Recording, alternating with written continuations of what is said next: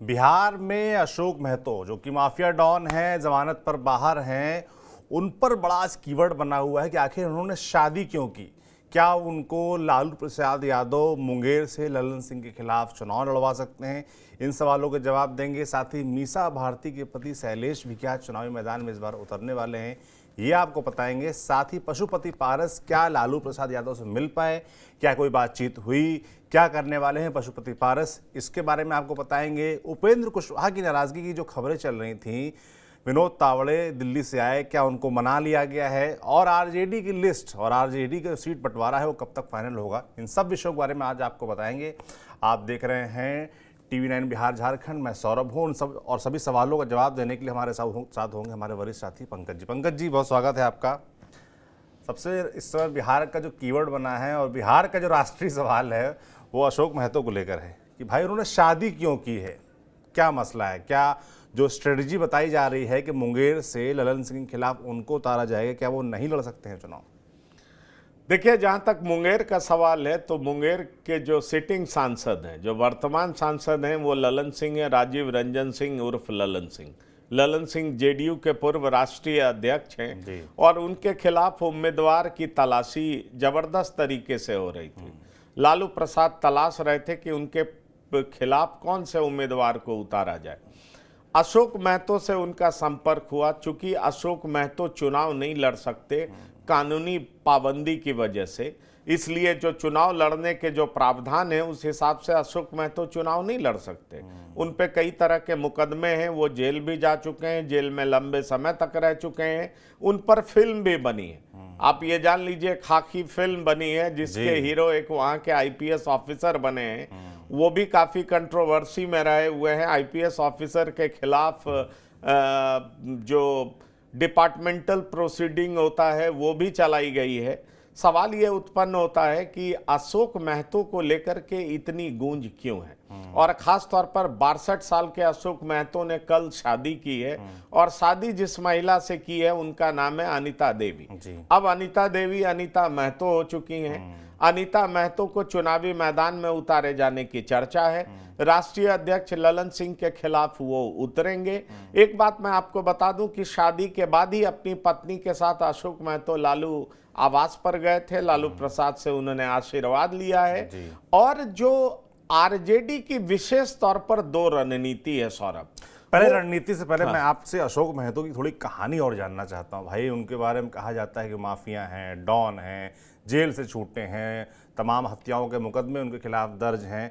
थोड़ा उनकी कहानी बताइए पहले। देखिए, अशोक महतो के बारे में अगर कहा जाए तो वो वारसलीगंज तरफ से आते हैं। उन्होंने अपने भतीजे को भी पहले विधायक बना चुके हैं, प्रदीप महतो। अशोक महतो एक दूसरे बाहुबली हुआ करते थे, अखिलेश सिंह। उनके खिलाफ लगातार कई सालों तक उन्होंने लड़ाई लड़ी है। वो जातिगत संघर्ष का स्वरूप दे दिया था। कहा यह जा रहा था कि भूमिहार वर्सेस कुर्मी की लड़ाई चल रही थी।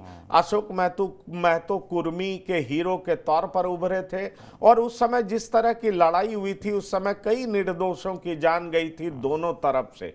तो उसके बाद अशोक महतो काफी चर्चा में आए थे। लेकिन नीतीश कुमार की जब सरकार आई और उसके बाद तमाम ऐसे बाहुबलियों पर शिकंजा कसा जाने लगा तो अशोक महतो सलाखों के पीछे गए। लेकिन अशोक महतो चर्चित हो चुके थे। अपने बिहार में कई ऐसे लोग हैं जो कि बाहुबली हैं, अपनी जाति में अच्छी पैठ बना लेते हैं बाहुबल के दम पर, और उसके बाद वो राजनीति में उतरने लगते हैं। अशोक महतो ने पहले वारसलीगंज से प्रदीप महतो को एक बार वो विधायक बना चुके हैं। तो आप समझ सकते हैं कि अशोक महतो सिर्फ बाहुबली ही नहीं है, बल्कि उनका समाज के भीतर भी उनकी अच्छी पैठ है। ऐसे में सवाल उठता है कि लालू प्रसाद ने इनका चुनाव क्यों किया। आखिरकार इनकी क्या वो मेरिट है कि लालू प्रसाद ने ललन सिंह के खिलाफ इनको चुना है। तो अगर एक मेरिट है, एक बात है, तो सिर्फ और सिर्फ ये है कि वो बाहुबली है। उनको लोग जानते हैं, उनके बाहुबल की वजह से जानते हैं। उनके अपराधों की फेहरिस्त बड़ी लंबी है, और इस वजह से लोग उनको जानते हैं, इसलिए वो कोई अनजाने नाम नहीं है, लोगों के बीच में चर्चित रहे हैं, सालों से उनकी चर्चा रही है। और मैंने आपको बताया कि उनका प्रभाव जिस तरीके से वारसलीगंज और इन इलाकों में गया, नवादा, इस तरफ उनका देखा गया है, जमुई, शेखपुरा, बरबीघा, इस तरफ वो जिस तरह के कारनामे करते रहे हैं और सालों तक जिस तरीके से वो अखिलेश सिंह के खिलाफ लड़ाई लड़े हैं, उससे आप समझ सकते हैं कि अशोक महतो की पहचान क्या है। अगर दोनों की बात करें तो अखिलेश सिंह की पत्नी भी विधायक है, ये बात आप जान लीजिए, और अशोक महतो के जो भतीजे हैं वो भी विधायक रह चुके हैं, प्रदीप महतो जिसकी चर्चा मैं कर रहा हूं। अब अशोक महतो अपनी पत्नी को सांसद बनाना चाह रहे हैं, इसलिए उन्होंने अनीता देवी से शादी कर ली है, लालू प्रसाद का आशीर्वाद ले लिया है। अब सवाल उठता है कि क्या लालू प्रसाद इनको टिकट देने जा रहे हैं, इसकी संभावना बहुत तेज है। तो इसलिए आप कह सकते हैं कि ये बिहार के चुनाव में वो खोज है जिन्होंने चुनाव लड़ने के लिए शादी की। आप इस बात को समझ लीजिए कि ये वो खोज हैं, ये वो पहचान है जिन्होंने चुनाव लड़ने के लिए शादी की है। वो जैसे बिहार में इस बात की बहुत चर्चा होती है, मुखिया पति, प्रधान के रूप में, मुखिया के रूप में महिला होती है और एक्टिवली उनके पति काम कर रहे होते हैं, क्योंकि वो सीट रिजर्व होता है, महिलाओं के लिए रिजर्व होता है, महिला चुनी जाती हैं, लेकिन लोग फील्ड में उनके पति को जानते हैं। उसी तरीके से अशोक महतो जाने जाते हैं, चुनाव अशोक महतो के नाम पर लड़ा जाएगा, लेकिन उनकी पत्नी चुनावी मैदान में होंगी। चूंकि कानूनी अड़चने हैं, कई तरह की पाबंदी है, कई तरह की बंदिशें हैं और कानून उनको परमिट नहीं करता कि वो चुनावी मैदान में डायरेक्ट उतरे, इसीलिए उन्होंने चुनाव लड़ने की वजह से शादी की है। अब कहा जा रहा है कि उनकी पत्नी चुनावी मैदान में होंगे।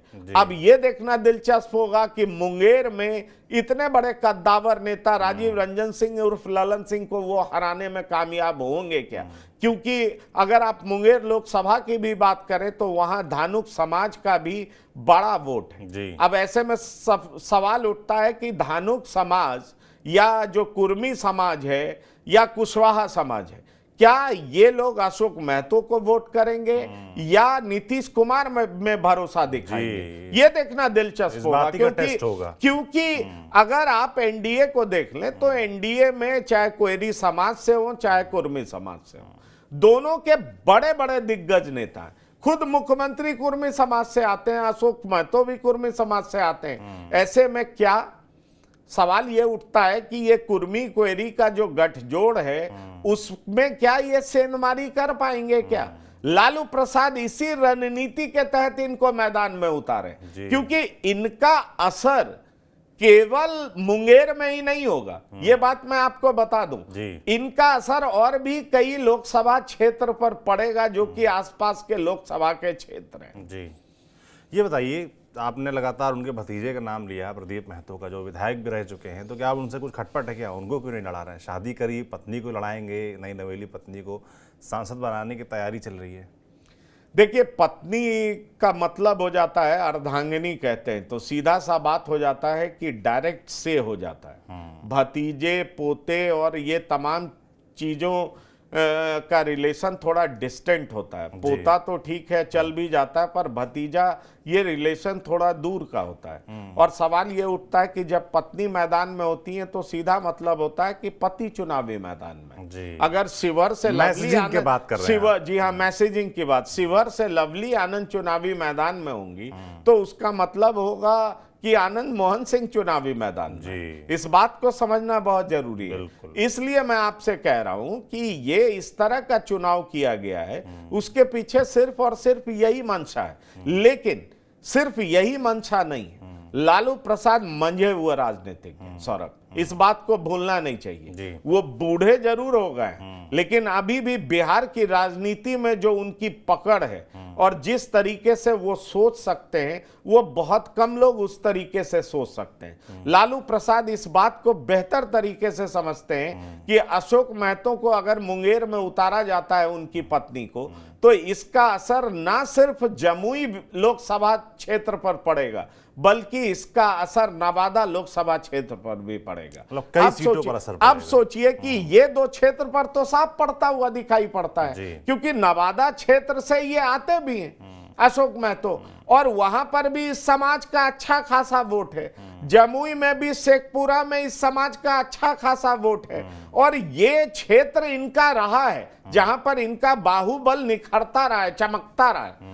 ऐसे में सवाल उठता है कि अगर इनको यहां से लड़ाया जाता है तो क्या इनको मुंगेर से लड़ाने का असर जमुई पर भी पड़ेगा, जहां से अर्चना रविदास को लड़ाने की बात है? क्या इसका असर नवादा पर भी पड़ेगा, क्योंकि नवादा से राजवल्लभ यादव की पत्नी को लड़ाए जाने की ज्यादा उम्मीद है, ज्यादा चांसेस है। लालू प्रसाद यादव राजवल्लभ यादव की पत्नी को लड़ाएंगे, और राजवल्लभ यादव चूंकि एक नाबालिग के रेप को लेकर के वो जेल के भीतर हैं, उनके ऊपर मुकदमा चला है, तो ऐसे में उनकी पत्नी को लड़ाया जाना, तो वहां पर भी जो कास्ट कॉम्बिनेशन बिठाना होगा, उसमें अशोक महतो का नाम चल सकता है। लालू यादव की सोच यही है। इसलिए अशोक महतो को उम्मीदवार बनाने का मतलब है कि एक तरीके से आप एक अगड़ी जाति के उम्मीदवार के खिलाफ आपने किसको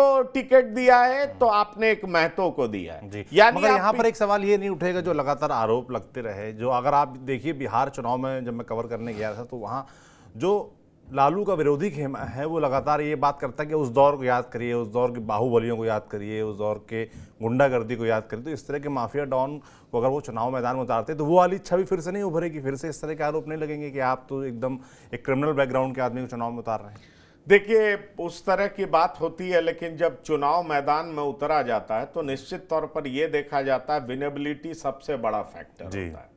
इस बात को समझना बहुत जरूरी है। और खास तौर पर ठीक है, लालू प्रसाद पर यह आरोप है, लेकिन लालू प्रसाद अभी भी तो ये राजनीति करने में लगे हुए हैं ना कि कैसे अगड़ा बनाम पिछड़ा बनाया जाए। अब आप देखिए, यहाँ पे अगड़ी जाति से उम्मीदवार हैं तो वो पिछड़ी जाति को क्यों दे रहे हैं? एक तो अगड़ा बनाम पिछड़ा बनाना चाह रहे हैं, क्योंकि ये कहेंगे कि देखिए हमने जातीय जनगणना कराया और जातीय जनगणना के हिसाब से हम लोगों को टिकट बांट रहे हैं। और एनडीए क्या कर रही है, खास तौर पर नीतीश कुमार क्या कर रहे हैं, बीजेपी क्या कर रही है, ये तो अगड़ों की पार्टी है, तो इनकी कोशिश रहेगी अगड़ा बनाम पिछड़ा बनाने की। और जब जातिगत आधार पर चुनाव लड़े जाते हैं तो कई चीजों को दरकिनार कर दिया जाता है। उसमें सबसे बड़ा सवाल तो यही उठता है कि अगर ये आधार होता तो अशोक महतो को कहा ही क्यों जाता कि तुम शादी करो और शादी करने के बाद तुम अपनी पत्नी को चुनावी मैदान में उतार लो। आप समझिए, अशोक महतो का इमेज तो अपराधी का है, इस बात से कौन इनकार कर सकता है, और इसी वजह से वो चुनाव भी नहीं लड़ रहे हैं। लेकिन उनकी पत्नी को इसलिए लड़ाया जा रहा है क्योंकि उनकी पूरी पहचान अशोक महतो से है। इसलिए आप इस बात को समझिए कि लड़ाया जा रहा है जिसका सिर्फ एक सीट पर प्रभाव नहीं होगा, इसके बगल में जो 2 सीट है उस पर भी प्रभाव होगा। ये एक जातीय गोलबंदी की कोशिश है। और नीतीश कुमार, सम्राट चौधरी, उपेंद्र कुशवाहा के जो वोटर्स हैं, जो उनके नाम पर कुशवाहा समाज को गोलबंद कर सकते हैं, कुर्मी समाज को गोलबंद कर सकते हैं, उनमें सेंधमारी का एक प्रयास है।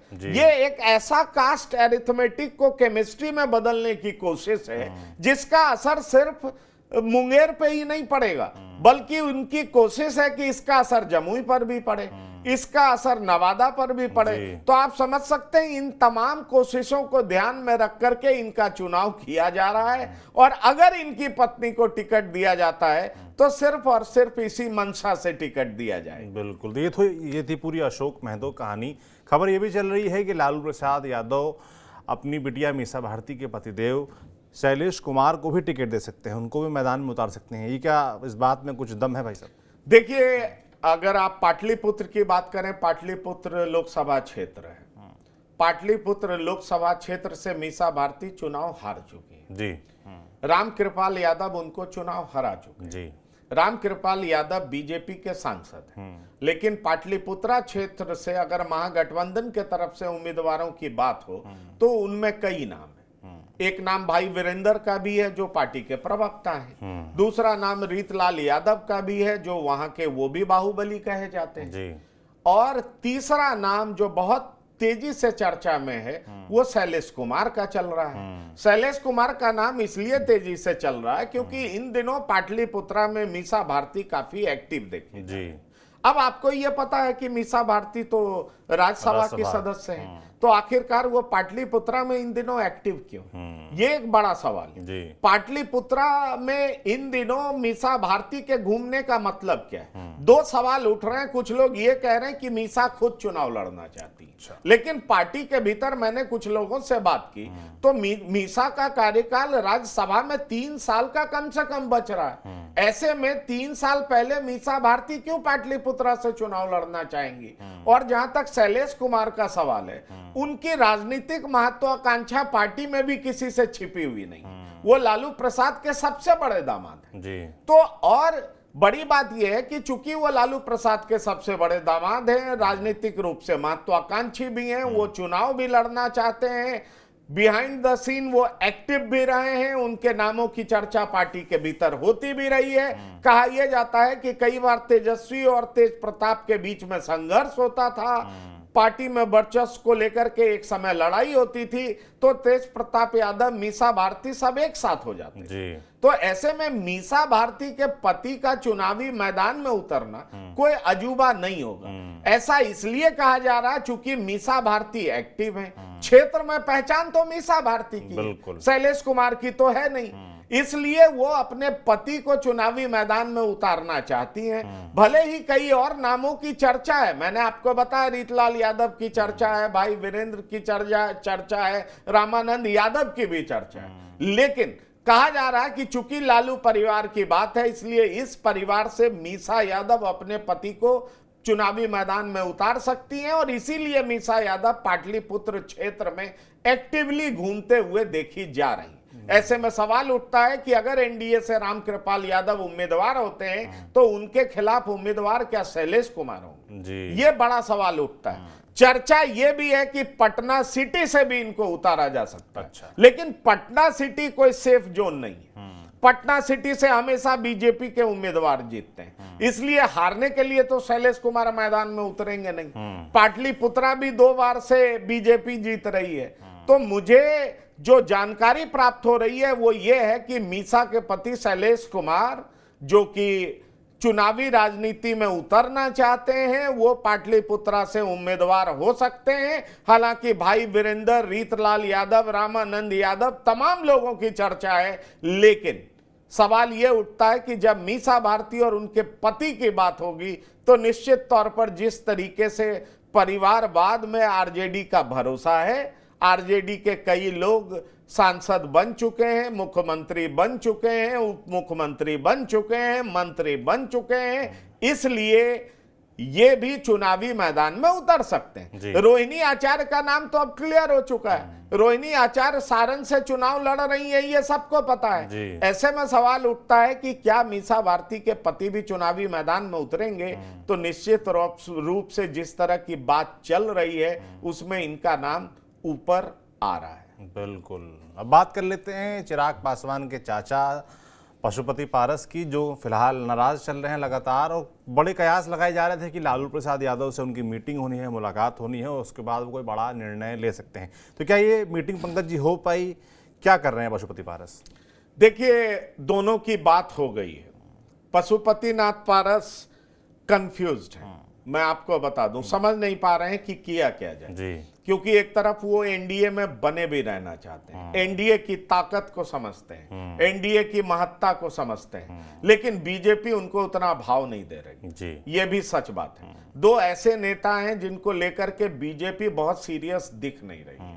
अंदर खाने कुछ बात चल रही होगी, कुछ सब जवाब दिखाया जा रहा होगा, कुछ बाद में कुछ देने की बात कही जा रही होगी, लेकिन अगर आप वर्तमान समय की बात करें तो ऐसा कुछ मिलता हुआ दिख नहीं रहा। कल जीतन राम मांझी पशुपतिनाथ पारस से मिलने जरूर गए थे, लेकिन जीतन राम मांझी कोई बीजेपी के नेता तो है नहीं। जबकि अगर उपेंद्र कुशवाहा की बात करें तो उपेंद्र कुशवाहा से मिलने विनोद तावड़े गए, और विनोद तावड़े के जाने का मतलब है कि बिहार बीजेपी के प्रभारी मिलने जा रहे हैं, और बिहार बीजेपी के प्रभारी अगर कोई संवाद लेकर के जा रहे हैं, मैसेज लेकर के जा रहे हैं, इसका मतलब बीजेपी के शीर्ष नेतृत्व का मैसेज। बिल्कुल। तो इस बात को उसी तरीके से गंभीरता से ली जानी चाहिए। अब सवाल उठता है कि अगर बीजेपी वाकई पशुपतिनाथ पारस के लिए सीरियस होती तो बीजेपी का कोई बड़ा नेता उनके पास गया होता। जीतन राम मांझी के जाने का कोई खास औचित्य नहीं है। इसलिए यह बात तो बहुत साफ दिखाई पड़ता है कि एनडीए में पशुपतिनाथ पारस को कोई तवज्जो नहीं मिल रहा है। यह बात बहुत साफ है। बाद की देखेंगे, बाद वाली बात की राजनीति में कोई बहुत ज्यादा महत्व होता नहीं। अगर आप कहें एलजेपी रामविलास के मुखिया चिराग पासवान ने उनको एनडीए में अप्रासंगिक बना दिया है तो ये कोई अतिशयोक्ति नहीं होगी। इस बात को समझना जरूरी। ऐसे में पशुपतिनाथ पारस के पास विकल्प क्या बचे, ये समझना बहुत जरूरी। उनके साथ कुल मिलाकर के 3 सांसद हैं। एक वो खुद हैं, एक दूसरे सूरजभान सिंह के भाई हैं और एक तीसरे उनके भतीजे प्रिंस राज। बड़ा चल रहा है सूरजभान सिंह बने रहेंगे एनडीए में। अब नहीं, पर सवाल है एनडीए में कैसे बने रहेंगे, किस स्वरूप में बने रहेंगे। उनके भाई चंदन सिंह नवादा से सांसद हैं, लेकिन नवादा से तो बीजेपी लड़ रही है और मेरे पास पुख्ता जानकारी है कि बीजेपी विवेक ठाकुर को मैदान में उतार रही है। अच्छा। विवेक ठाकुर को उतारने के पीछे बीजेपी की सोच ही यही थी कि नवादा इस बार खुद लड़ा जाएगा। इस बात को जान लीजिए। तो ऐसे में कैसे वो एनडीए में बने रहेंगे। दूसरा क्षेत्र बचता है बेगूसराय। बेगूसराय से कद्दावर नेता गिरिराज सिंह जो कि केंद्रीय मंत्री हैं, वो वहां से चुनाव लड़ रहे हैं, ये बहुत साफ है। तीसरा मुंगेर का क्षेत्र आता है। मुंगेर से जेडीयू के राष्ट्रीय अध्यक्ष, पूर्व राष्ट्रीय अध्यक्ष राजीव रंजन सिंह उर्फ ललन सिंह है। ऐसे में सूरजभान सिंह के पास एक विकल्प बचता है कि क्या वो आरजेडी का दामन थामेंगे। इस बात की चर्चा चल रही। और अगर आरजेडी का दामन थामेंगे तो आरजेडी उन्हें कहां से लड़ाएगी। चर्चा ये भी है कि आरजेडी कह रही है कि अगर आप हमारे टिकट से लड़िएगा तो हम आपके परिवार को बेगूसराय दे सकते हैं। अच्छा। लेकिन जो हमारे पास खबर है, सूरजभान सिंह के लिए पहली प्राथमिकता एनडीए है। वो नहीं चाहते हैं कि किसी भी तरीके से महागठबंधन में शामिल। ये बात है। लेकिन सवाल उठता है कि राजनीति में प्रासंगिकता बनाए रखने के लिए किसी न किसी जगह का चुनाव तो करना पड़ेगा। अब उनकी पत्नी भी चुनाव लड़ना चाहती है, उनके भाई भी चुनाव लड़ना चाहते हैं। ऐसे में सूरजभान सिंह करेंगे क्या?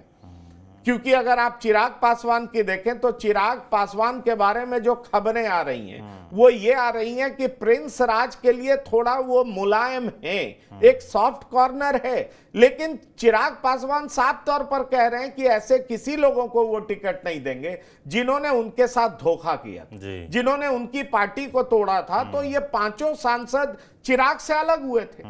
अब कहा यह जा रहा है कि पशुपतिनाथ पारस को हाजीपुर से लड़ाया जा सकता है, लालू प्रसाद एक सीट दे सकते हैं। अच्छा। हाजीपुर में एक नामचीन चेहरे की तलाश है।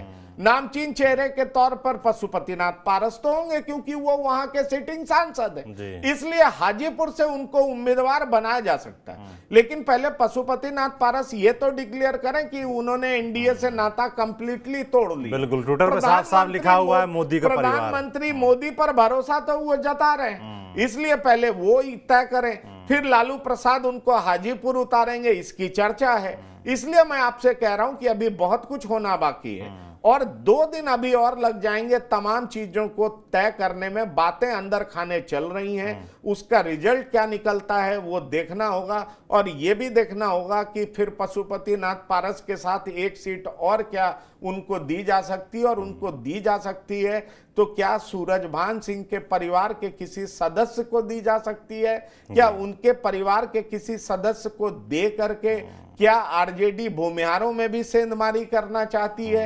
ये तमाम ऐसे सवाल हैं जिनके जवाब आने वाले दिनों में 48 घंटे में आपको बिल्कुल आईने की तरह साफ मिल जाएगा। बिल्कुल, तो अगले 48 घंटे बिहार के लिए काफी महत्वपूर्ण होने वाले हैं क्योंकि इसी में तय हो जाएगा कि एनडीए की सीटों को बंटवारा तो हो चुका है, उनके टिकट से प्रत्याशी कौन होंगे, साथ ही आरजेडी या एनडीए गठबंधन का जो भी सीटों को बंटवारा बाकी है उस पर भी निर्णय मुझे लगता हो जाएगा अगले 48 घंटों में। बाकी जो अपडेट्स थे बिहार से जुड़े वो आप तक हमने पहुंचाए। आप देखते रहिए TV9 डिजिटल। शुक्रिया।